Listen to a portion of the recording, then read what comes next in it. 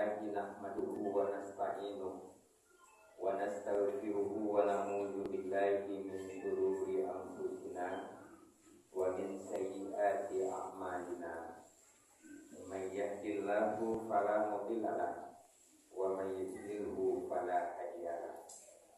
Asyhadu an la ilaha illallah wahdahu la syarika lahu. Lahul mulku wa lahul hamdu yuhyi wa yumiitu wa huwa ala kulli syai'in qadir. Wa asyhadu anna Muhammadan abduhu wa rasuluhu la nabiyya ba'dah. Allahumma fashalli wa sallim wa barik ala hadzal nabiyyil karim wa ala alihi wa ashabihi wa man tabi'ahum ila yaumiddin. Amma ba'du, fa ya ayyuhal hadirun usikum wa iyaya bittaqallah faqad fazal muttaqun. Qala Allah ta'ala fil Qur'anil Karim, a'udzu billahi minasy syaithanir rajim. Bismillahirrahmanirrahim. Fi qulubihim marad fazadahumullahu marada wa lahum 'adzabun alim bima kanu yakdzibun. Shadaqallahul azim. Aku berlindung kepada Allah dari godaan syaitan yang terkutuk dengan nama Allah yang Maha Pengasih lagi Maha Penyayang. Di dalam hati mereka itu ada penyakit, maka Allah menambah penyakit itu kepada mereka, dan bagi mereka adalah azab yang pedih disebabkan mereka berdusta. Maha benar Allah dengan segala firman-Nya. Surah Al-Baqarah ayat 10. Bapak-bapak, saudara-saudara kaum muslimin jamaah Jumat rahimakumullah. Syukur alhamdulillah kita ucapkan kepada Allah Subhanahu wa taala atas segala limpahan rahmat dan karunia-Nya kepada kita. Salawat dan salam kita mohonkan kepada Allah semoga disampaikan kepada Nabi Muhammad SAW yang telah berjuang dengan segenap daya dan upaya dengan seluruh waktu dan tenaga sehingga Islam tegak berkokoh di muka bumi ini. Hadirin kaum muslimin jamaah Jumat rahimakumullah. Allah menjelaskan fi qulubihim marad, di dalam hati mereka itu ada penyakit. Fazadahumullahu marada, maka Allah tambah penyakit itu kepada mereka. Kita manusia terdiri dari jasmani dan rohani, jiwa dan raga. Jasmani kita ini sering mengalami sakit, dan rohani kita juga sering mengalami sakit. Di dalam hati mereka ada penyakit. Itu adalah penyakit rohani. Dan kalau ada penyakit di dalam hati mereka, fazadahumullahu marada, Allah menambah penyakit itu kepada mereka. Maksudnya apa? Sama dengan penyakit jasmani. Kalau kita mengalami satu penyakit jasmani, tidak cepat diobat, maka sampai stadium tertentu penyakit itu akan mengundang penyakit-penyakit lain. Maka orang itu akan mengalami penyakit 2, 3, atau 4 yang kemudian disebut dengan komplikasi. Umpama saja orang sakit diabetes, itu kalau tidak cepat diobat sampai dia ke tingkat tertentu, maka diabetes itu bisa mengundang penyakit-penyakit lainnya. Apakah penyakit jantung, apa penyakit ginjal, apa penyakit lain-lainnya. Nah, begitu pula penyakit rohani. Apabila orang sudah mengalami satu penyakit rohani dan itu tidak cepat diobat, tidak cepat diatasi, maka penyakit rohani itu akan mengundang penyakit-penyakit rohani lainnya. Sehingga terjadilah penyakit rohani itu 2, 3, 4, 5 dan sebagainya. Terjadilah komplikasi di batinnya, di jiwanya, di rohaninya. dia mengalami penyakit yang banyak. Hadirin kaum muslimin yang Jumat rahimakumullah. Penyakit jasmani itu banyak, begitu juga penyakit rohani itu banyak. Ada sekitar 70 macam penyakit rohani itu. Sejak dari takbur, hasad, munafik, kafir, sampai kepada boros, sampai kepada penyedih, sedih, khawatir, dan lain-lain sebagainya. Ada sekitar 70 diceritakan dalam Al-Quran dan hadis penyakit rohani. Nah, hadirin kaum muslim, kita contohkan yang mengalami penyakit jasmani rohani itu adalah iblis yang pertama kali. Ketika Allah menyuruh untuk sujud kepada malaikat, sujud kepada Adam yang baru diciptakan, malaikat sujud sementara iblis tidak. Ditanya oleh Allah, kenapa kamu tidak sujud iblis? Jawaban iblis, ana khairum minhu, saya lebih baik daripada Adam. Bukankah engkau ciptakan aku dari api sementara Adam dari tanah? Unsur api lebih hebat daripada tanah. Masa saya sujud kepada Adam? Padahal yang memerintahkan Allah, karena dia takjub, sombong, akhirnya dia ingkar kepada Allah. Itulah kekafirannya. Padahal Allah yang memerintahkan, dia tidak mau. Gilirannya berikutnya, dia menyesatkan Adam. Sudah berapa tambahan penyakit yang tadinya sombong, kemudian ingkar, kemudian menyesatkan, dan lain-lain sebagainya. Itu yang dimaksud fazadahumullahu maradah. Allah menambah penyakit itu kepada mereka. Jadi sama dengan penyakit jasmani. Kalau tidak cepat kita obati, maka sampai ke tingkat tertentu dia akan mengundang penyakit-penyakit lainnya.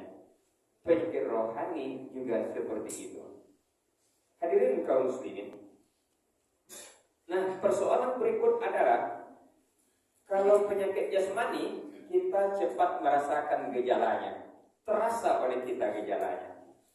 Kadang badan panas-panas dingin meriang. Kadang kita batuk-batuk, bersin-bersin yang berulang kali, dan lain sebagainya. Karena gejalanya terasa, kita cepat untuk pergi ke dokter. Cepat kita ingin mengatasinya, gejalanya terasa. Sementara penyakit rohani, itu gejalanya tidak terasa oleh orang yang mengalaminya. Kalau dia sombong, dia tidak merasakan sombong itu. Kalau dia hasad, dia tidak merasakan hasad itu. Kalau dia takbur, dia tidak merasakan takbur itu. Kapan dia akan pergi berobat? Hadirin kaum muslimin. Yang kedua, kalau penyakit jasmani diingatkan, diberitahu oleh orang kepada kita, kita tidak tersinggung. Begitu bersalaman, oh panas badan bapak ya, apakah bapak demam? Iya, sudah berapa hari ini badan saya kurang enak, saya kena hujan dan lain sebagainya. Orang itu cepat menerimanya. Tetapi kalau penyakit rohani dikatakan kepada orang, itu orang tidak menerima. Ini kelihatannya bapak agak kasar ya. Itu pasti lain ceritanya sudah itu. Orang tidak akan menerima. Hadirin kaum muslimin. Itu yang kedua. Dan yang ketiga, kalau adalah rumah sakit dari yang besar sampai yang kecil, sampai ke klinik-klinik, itu ternyata rumah sakit adalah rumah sakit untuk penyakit jasmani. Rumah sakit M. Jamil, Sitar Rahmah, SPA dan lain sebagainya, sampai kepada klinik-klinik yang terkecil, itu ternyata adalah untuk penyakit jasmani. Cobalah ketika kita telepon teman, bapak di mana? Saya di rumah sakit. Siapa yang sakit? Saya yang sakit. Sudah berapa lama di rumah sakit? Sudah seminggu. Apa ya sakitnya? Pastilah nanti emak yang kambuh, tensi yang tinggi, gula yang naik dan lain sebagainya. Tidak ada orang, bapak di mana? Di rumah sakit. Sudah berapa? Sudah seminggu. Siapa sakit? Saya. Apa yang sakit? Ini sudah seminggu saya terasa sombong. Tidak ada. Dan begitu juga uang yang dianggarkan melalui BPJS yang kita bayar itu setiap bulannya, ternyata itu adalah untuk mengatasi penyakit jasmani. Sementara kalau ada penyakit rohani, tidak ada anggarannya di situ untuk berobat. Bayangkan ya. Nah, padahal kalau dilihat mana yang lebih berat resikonya penyakit jasmani daripada penyakit rohani, ternyata resikonya lebih berat penyakit rohani. Penyakit jasmani, anggaplah yang paling berat itu kanker.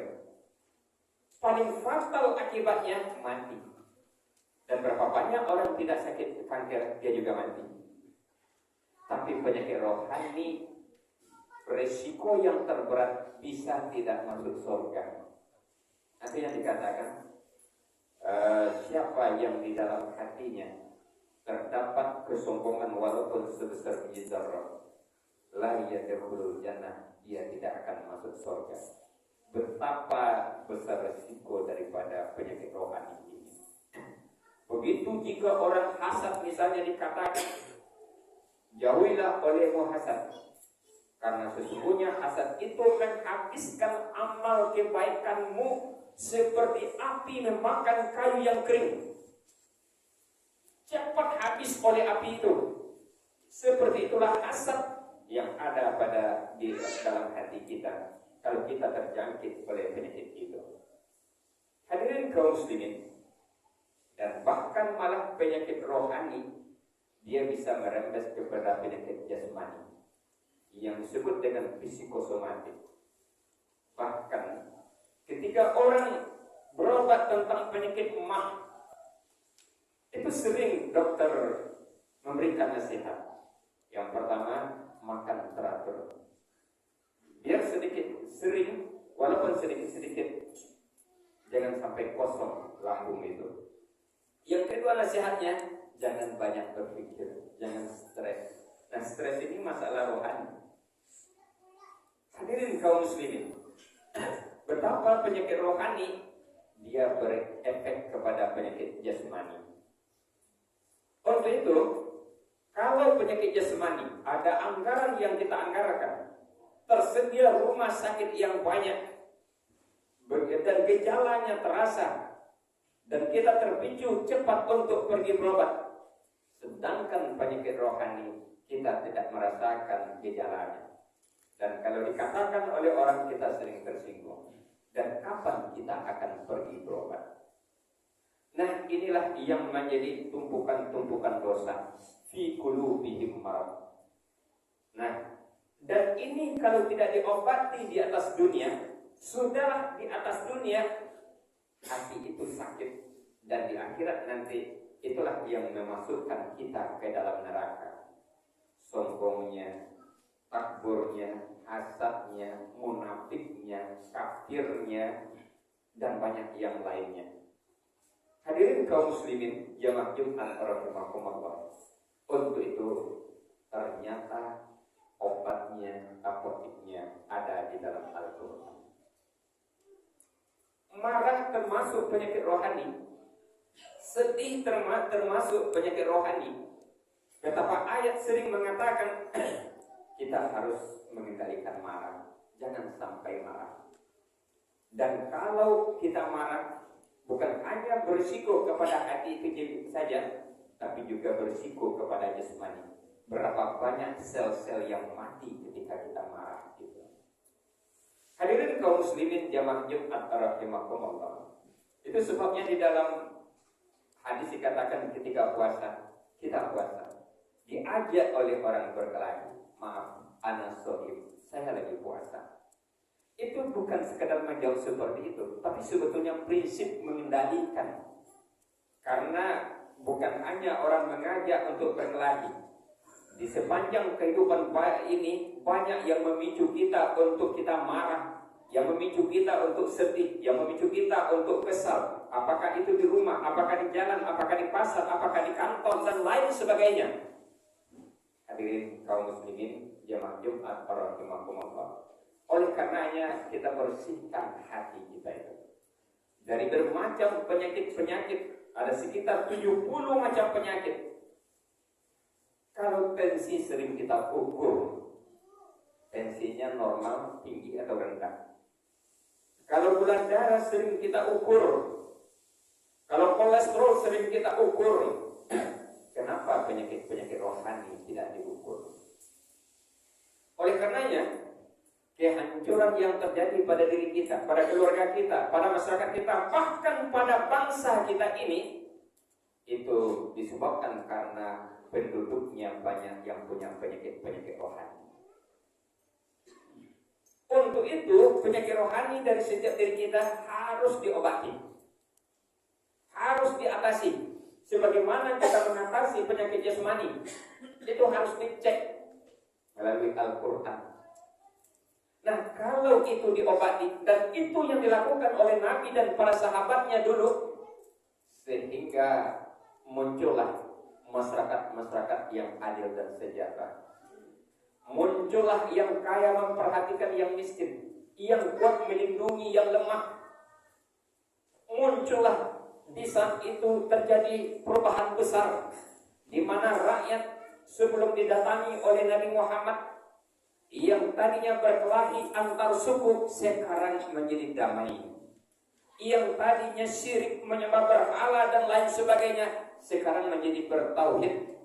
Yang tadinya membunuh bayi perempuan sekarang malah menghormati perempuan, menghormati wanita, menjaga dan memeliharanya. Kenapa? Hatinya diobati.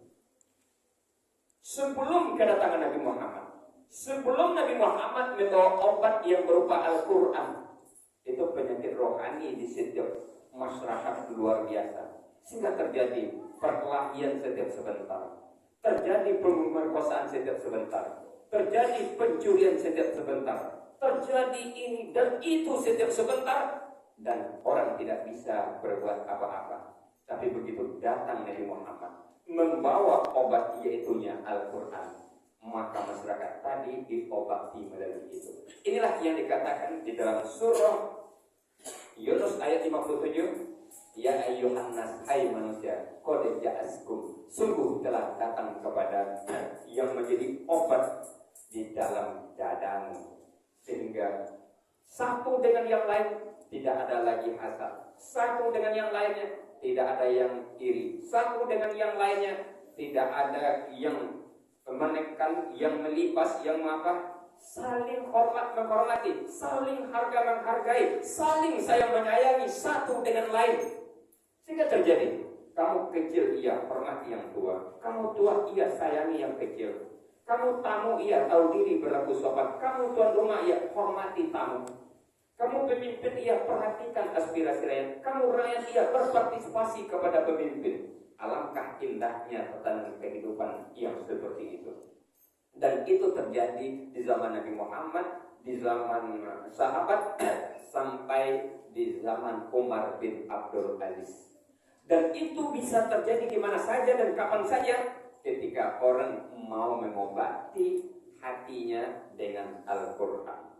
Oleh karenanya hadirin kaum muslimin, jangan heran kalau terjadi begitu dan begitu segala macamnya, itu pertanda di tengah masyarakat itu sedang banyak mengalami penyakit-penyakit rohani yang tidak diobati, dan dia tidak merasakan penyakit itu, dan bila dikatakan dia akan tersinggung. Sedangkan yang ada rumah sakit adalah untuk mengobati penyakit-penyakit jasmani, bukan untuk penyakit rohani. Penyakit rohani itu apoteknya, obatnya tersedia di dalam Al-Quran. Ini saja, semoga kita selamat dari bermacam penyakit baik jasmani lebih-lebih daripada rohani. Semoga dengan demikian kita selamat dunia dan akhirat. Fattabiru ya ulil absar la'allakum turhamun.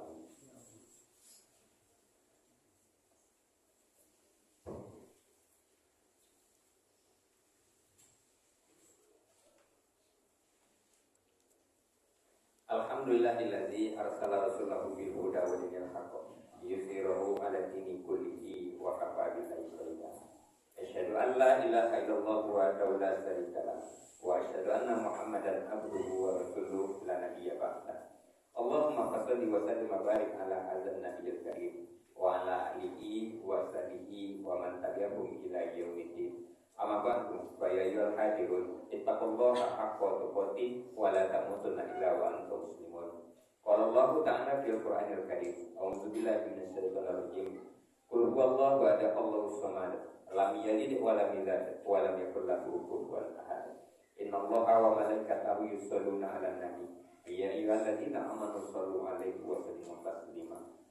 Allahumma shalli 'ala Muhammad wa 'ala ali Muhammad kama shallaita 'ala Ibrahim wa 'ala ali Ibrahim. Wa barik 'ala Muhammad wa 'ala ali Muhammad kama barakta 'ala Ibrahim wa 'ala ali Ibrahim fil alamin innaka Hamidum Majid.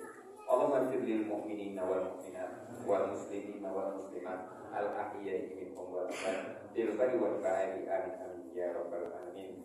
Duhai ya Allah, ya Ghafur, ya Ghafur, wahai Zat yang Maha Pengampun, ampunilah dosa-dosa kami ya Allah, ampunilah kesalahan-kesalahan kami ya Allah, ampuni dosa-dosa orang tua kami yang telah meninggal, lapangkan kuburnya, ringankan hisabnya, jangan biarkan dia teraniaya dalam kubur, tampakkanlah ia pada tempat yang mulia di sisimu ya Allah. Ya Allah, orang tua kami yang hidup, sehatkan dia jasmani dan rohani, limpahkanlah rahmat dan kasih sayangmu kepadanya, dan tolong takdirkan akhir hayatnya husnul khotimah ya Allah. Wahai ya Allah, ya Tuhan kami, jadikan nilai hidup kami hari ini lebih baik dari hari kemarin, dan hari esok jauh lebih baik dari hari sekarang. Wahai ya Allah, ya Tuhan kami, selamatkanlah ya Allah kami dari penyakit-penyakit rohani, dan selamatkan pula kami dari penyakit-penyakit jasmani ya Allah. Sehatkan lahir dan batin kami ya Allah. Sehatkan lahir dan batin kami ya Allah. Sehatkan lahir dan batin kami ya Allah. Wahai ya Allah, ya Tuhan kami, tolong ya Allah, jadikan seluruh yang pada diri kami ya Allah berjalan dengan sebaik-baiknya. Jadikan organ-organ tubuh kami berfungsi dengan sebaik-baiknya ya Allah. Jadikan darah mengalir di tubuh kami menurut yang sebaik-baiknya ya Allah. Wahai ya Allah, ya Tuhan kami, Engkau yang tahu tentang penyakit-penyakit yang ada pada diri kami, baik jasmani maupun rohani.